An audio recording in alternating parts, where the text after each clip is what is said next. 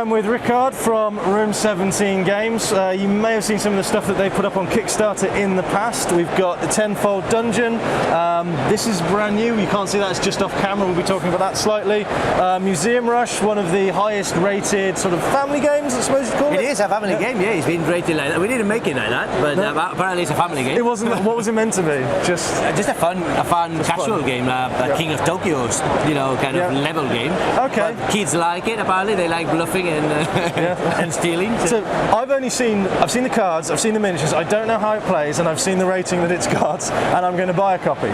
So obviously they're doing something right. We've also got. You guys may have heard of. It features goblins, right? It is goblins, yeah. Miremarsh. So that's going to be a favourite for us as well. We're probably going to pick up a copy of that.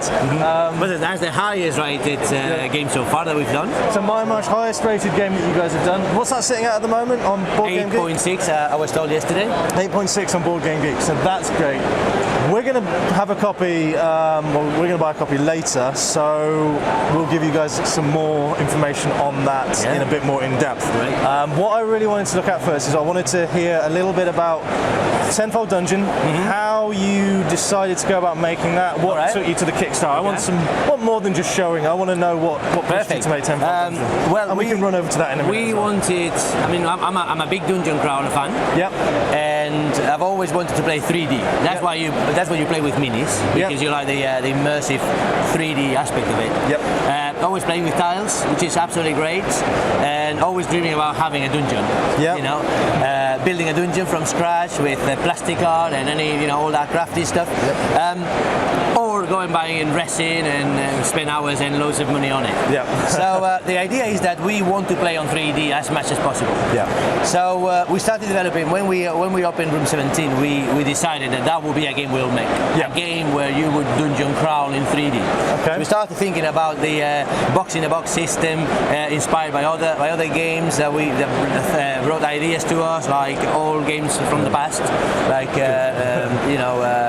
Waddington games, Village of Fear, Dark World, all those games that use so many 3D features back in the early 90s. You used to have the board, and then the cardboard walls would pop up, and the portraits that would spin around.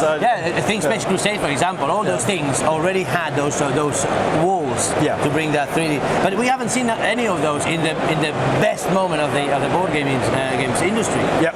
So we said, we're going to do this. I mean, we were very small. We didn't have the resources, so we started developing a full-on game that will come out soon.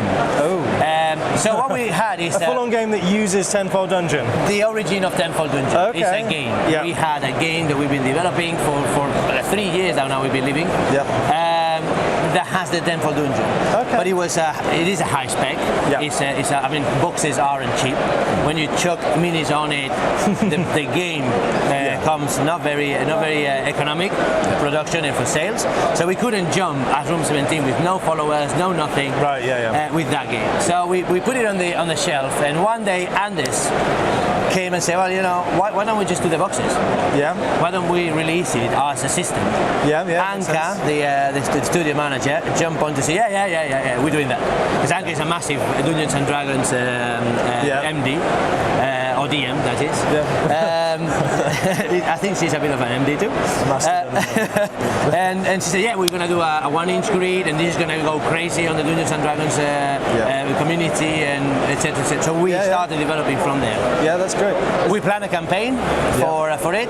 Originally it was 2 sets that we would be doing, but we just got carried away. You've got 2 sets out already. There's 5 different sets. You've got the Towers. The Towers is a different game. It's a different game, but which it's still is the same first kind of game that we commissioned for a company that saw the Tenfold Dungeon system and was like, I want this. So that's the Conan game. That's a pretty big license. That's pretty cool. Yeah. Frederick Marberg himself came and said, so that's ace. I love these. This system is great. We're gonna do games on Conan. I want you guys to do a Tenfold Dungeon Conan adventure. Yeah. That's fab. That's really exciting, because that's just like hopefully going to snowball. You've got other this is quite big IP. Off camera still. Mutant Year Zero is a PC game that came out a while ago. You guys look like you're developing that. That's not out yet.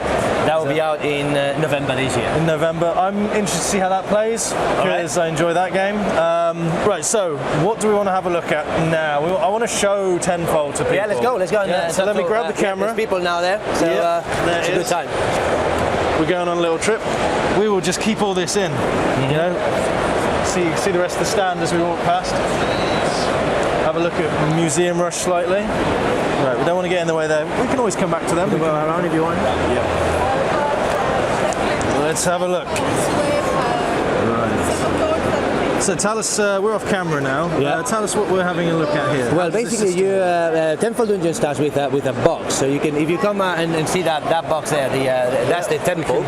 Zoom over there. That's the way Tenfold Dungeon starts. That's the Tenfold Dungeon box. Yeah, it will be a sleeve. So obviously all the product information goes around a nice sleeve. Yeah. And then when you unfold it, you basically have 12 boxes, including the lid and base of the box. So it's almost like Russian dolls. It is. I'll show you. We'll open that one and I'll show you how it works. Yep. Anka, can you show us how the Tenfold unfolds? Or folds and unfolds. That's probably the best thing.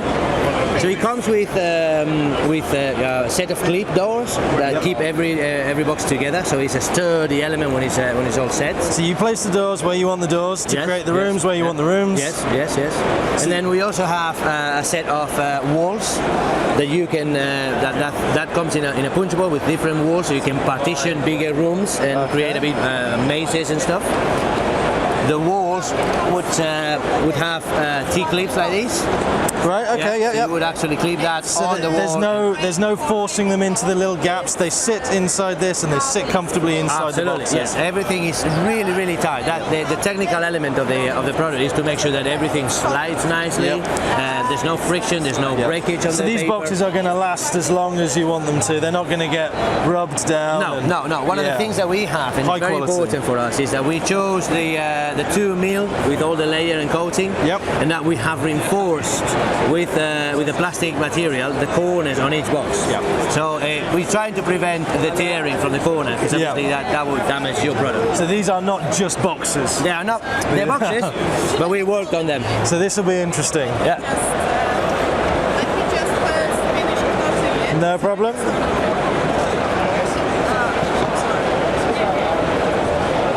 So you can see, this is how your box will arrive. As you can see, it's all hollow, so you can obviously store all your stuff in there. So the lid comes off, and we have several rooms.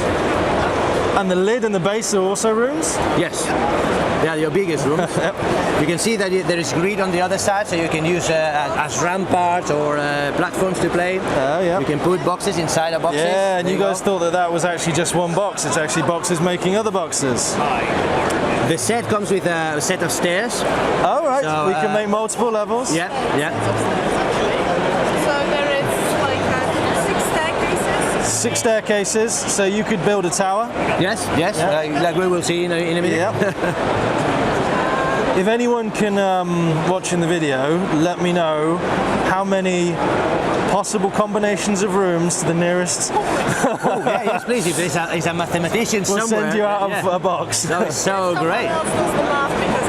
That's some serious maths. It's got to be in the most interesting thing is that, other than the number of combinations, is that every time you play with the boxes, you come with a new idea. Yeah. It's like, oh look, it's sliding doors. Oh look, I can change the corridors in the middle of an adventure. That is true. I like that idea. You've got the little small oblong shapes, which could be sliding corridors. Yeah. Multiple doors to nowhere. Or adding walls inside of other structures. So here we have an additional room divide wall going in. Those are all steel. So still the 2 mil. Yeah. That's not what I was asking. You have additional clips, like secondary clips if you want to clip boxes, but not having to put a door on them, for example. You've got like a little gargoyle's face on that, so that all of it fits in thematically. Oh, it spins around to a torch.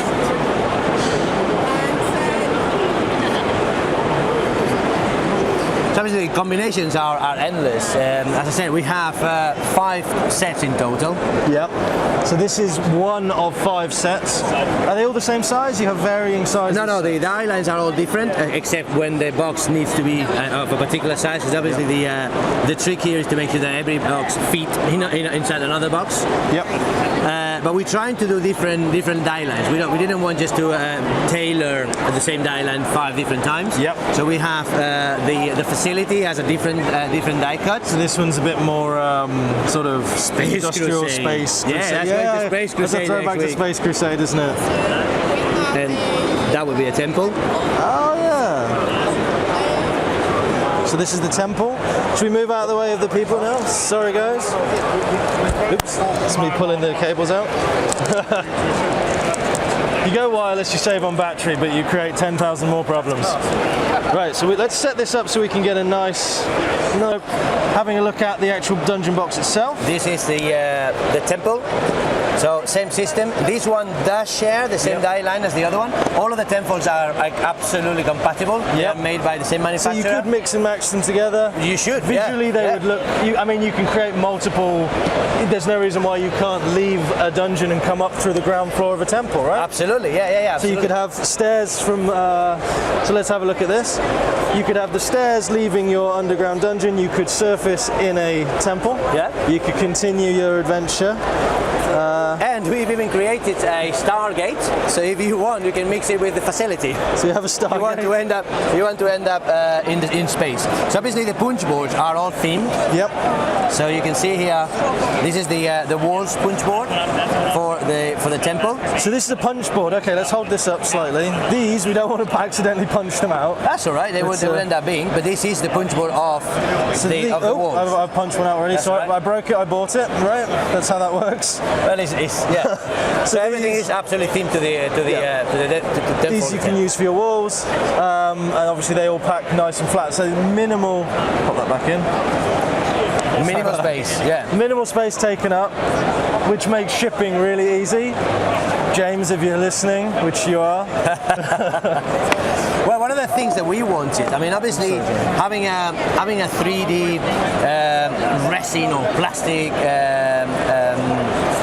dungeon is incredible. It's great. It's the best feeling you can have. Tell you what. However, it takes hobby time, space, tools, and then I've seen dungeon masters transporting their sets. Yeah. Right? Well, you can put everything in here. Your minis, your dice, your cards, your books, your everything goes in the hollow boxes. $1 million question for this one. Does it come with a guide on how to put it all back in the box? No, but we have created GIFs for all of them. Yeah, I was going to say, if not, we'll make a video. How did we put it back in the box? Yeah, well, it's quite intuitive. I think even I could make it. Yeah, you did that, no problem. So. But yeah, there's GIFs for all of them. And probably it's not a bad idea to add instruction. We'll do that. We're going to be grabbing one of these anyway because me and Charlie want to play with one. So what I'll do is I'll do a little video of putting it back in the box. I might not. I'm really bad at putting stuff back in boxes properly. It only happened once. So we'll do that for you, just so you guys can get some extra content looking at that as well. That's amazing. I think this is a fantastic piece of kit. Thank you. People who there should be people into the D&D watching this and starting to get some ideas as how they can start to use this. It's 1-inch grid, so it's absolutely compatible with D&D, Pathfinder. So all your regular minis that you've got. You can fit a dragon in there. Have we got a dragon? Probably not. We don't. Well, we've got that one, but he's in the cabinet, so we can't. You can fit some pretty big miniatures in this, definitely. We tried the castle, which is the same die line and the same space as this one with massive darkness. Yep. So we feed an entire massive darkness pledge on this box. So you're covered. I would get the Dark Souls miniatures and sod off their board. Use this one. Absolutely, that's your call. Absolutely. That's amazing. Right. More stuff. Don't want to take too much of your time. Museum Rush Miremarsh. Let's go. I want to see these. Yeah. Yep. But quick little pan across here. This is what I absolutely encourage everybody to check out. MRP for this? This is 50 quid with every absolutely bit on it. 50 quid, everything. Think of how much money you guys have whiffed away on scenery which you've used once. How much money have you spent on trees? Little I want trees. to show you the Tower of the Elephant. We're before. getting tangled. Yeah, because it's very linked to the Tenfold Dungeon system. Yep. When we finished the Tenfold Dungeon and presented in Essen last year. Just pointing the camera at the ceiling while I untangle. Need more staff, James. So let's have a look at this. This is basically the same system. Yep. So what you can see here is the Tower of the Elephant, which is one of the first adventures that Conan was published in the Conan series. So the Conan game is very campaign driven by the looks of it. It's going to be on campaign in September. Okay. So we are doing this in September. So obviously this is a prototype, it's a mock-up. Yep. The manufacturer is already preparing the first shots. Yep. For the tower to make sure that everything fits. So Tower of the Elephant is a Tenfold Dungeon system game that follows exactly the same principle. So box in a box. Yep. That's your game. Again, it's going to go on a sleeve. So when you buy everything, this is what you get. This is what you get for the game. And this contains. This will be on miniatures. The basic game, which Yep. is the retail game, let's say, Yep. will come with standees and one Conan figure. Yep. We are in the campaign. We're aiming Yep. at making these standees as miniatures too. Yep. So we'll see how that goes. So obviously, If you can't wait for the miniatures, you've got some absolutely beautiful miniatures here, which I'm just going to show everybody. I mean, you'll get away with using this chap as a Conan miniature, right? How Well, he's a gorgeous is barbarian he? kind of, yeah, but you can use it as anything. How beautiful is that? I am a sucker for great miniatures. So obviously one of the things that we've done with Conan is applying the same, hopefully lovely design that we normally do. Yep. So we've done new art for it. So it's new, absolutely genuine new art. I especially love this one. What does this card do? What is it? Is it just? Well, these are abilities that Conan can get through the game. I mean, the game really is it's a very strategic game. It follows a bit the principles of choose your own adventure kind of game. Okay, I can get into that. Yeah. So basically, in the Tower of the Elephant, Conan hears in a brawl in a tavern. Yep. Hears about the Tower of the Elephant, where treasures and jewels are there. So obviously he can't help himself. Yep. So he goes from the tavern to the. So here's our tavern. This is where your adventure starts. This would be the tavern. Let me just get that off. There you go. Oh, there you go. See, quick setup. Can't see that's the tavern. When was the last time you set up a game that fast? So basically, this is an adventure booklet. The entire adventure, if you want to run it on a session, it's a player versus player or a solo game. Okay. So if you want to run the entire adventure on your own, it would take you about 6 hours on a sit down. Yeah. 4 to 6 hours. Obviously, each box is a scenario. Yep. So you play the scenario of the tavern, and it explains you how how the setup goes. Yep. Different special rules, different skills and events that happen in the tavern. Yep. Then Conan knows about the Tower of the Elephant, goes into the garden of the tower. So you work your way through slowly opening box by box by box as this unfolds. Exactly. And as you finish this, you would start creating the tower. So here's the garden. From there, Conan has 2 options. Yep. And then when we start our choose your own adventure. Right. So this is where the replayability comes into absolutely, it. Absolutely. You choose which direction you're going to go. Absolutely. Okay. So you can actually go through with the same with the plot of the novel, which is Conan meets Taurus in the garden. They both fight the lions. And Taurus comes with a magical rope. Yep. Tells Conan, hey, let's climb the tower up. So and these components are actually lovely. This is the Taurus card, which I assume the wheel is, it's his fatigue? Yeah. Oh, and as you change it, it tells you what's going to happen. He loses an action dice, he's not fatigued. So that comes in the box as well. So you are getting a hell of a lot of stuff. Absolutely. So Conan has his own one of those as well. You'll be able to go up, down, down, up, leave the tower anytime you want. Oh, wow. And then as you do that, you obviously flip the pages that you ask for, and you get a new scenario. So the scenario could take you from 10 to 25 minutes. Each scenario could be left for next day. You can box it up, can't you? Absolutely. So it's very neat. As I said, it's a very strong solo player. Yeah. You can. It is also a player versus player. Player versus player would take you a bit longer because obviously you have a player in front of you thinking about stopping. Yeah. So how does the player v player work in this then?